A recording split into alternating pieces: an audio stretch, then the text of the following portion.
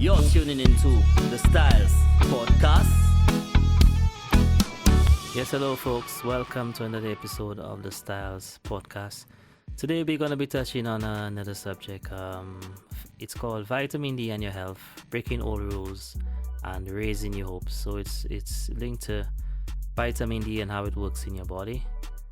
And we're going to get in. So here we go. Vitamin D was discovered in 1920, culminating the long search for a way to cure rickets, a painful childhood bone disease. Within a decade, the fortification of foods with vitamin D was underway, and rickets became rare in the United States.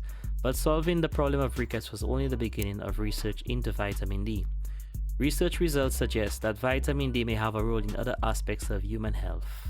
And then we go under the heading Breaking Our Rules. Remember, folks, I'm reading this from something I found online. It's at www.health.harvard.edu/stain-healthy. Wow, it's pretty long, but you get my drift.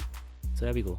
Vitamin D is one of the 13 vitamins discovered in the early 20th century by doctors studying nutritional deficiency diseases.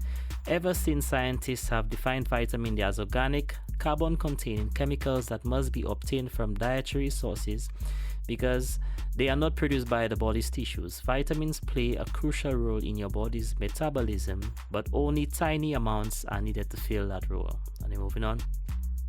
Although vitamin D is firmly enshrined as one of the 4 fat-soluble vitamins, it is not technically a vitamin. True, it's essential for health and only minuscule amounts are required, but it breaks the other rules for vitamins because it's produced in the human body.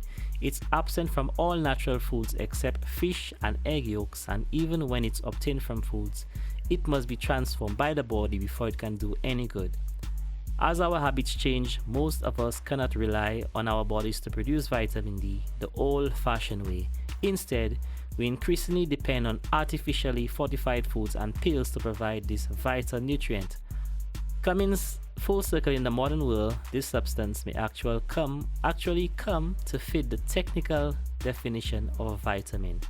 And moving on, it says, what is vitamin D?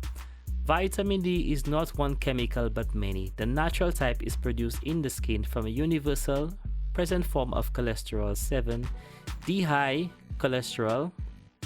Sunlight is the key. Its ultraviolet B UVB energy converts the precursor to vitamin D3. In contrast, most dietary supplements are manufactured by exposing a plant sterol to ultraviolet energy, thus producing vitamin D.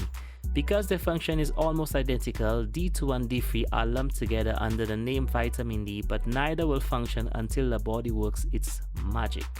And there's a picture here of an actual human figure, and it's showing how it's been taken in the body. So what do you have here is the sun above here, and then you see I'm seeing a UVB radiation, and then you're seeing how it works through the body. So we're moving on.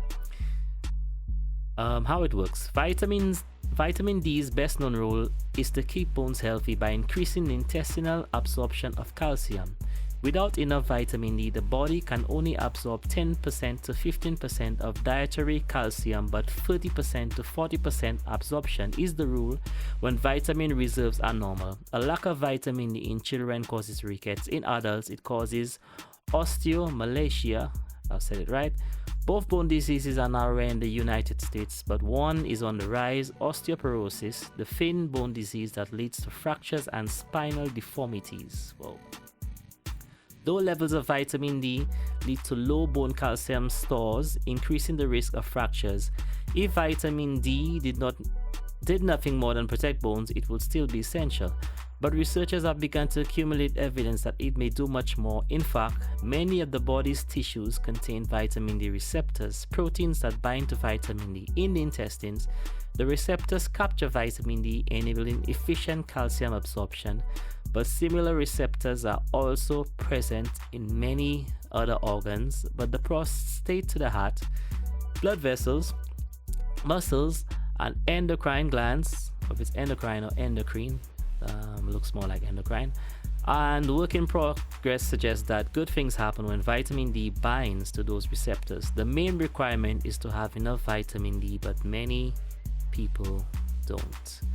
So, folks, what I'd advise you to do is get your vitamin D, get your sunlight. If you see some sun out, and you're indoors, you can take a little stroll and, get your vitamin D up, boost yourself.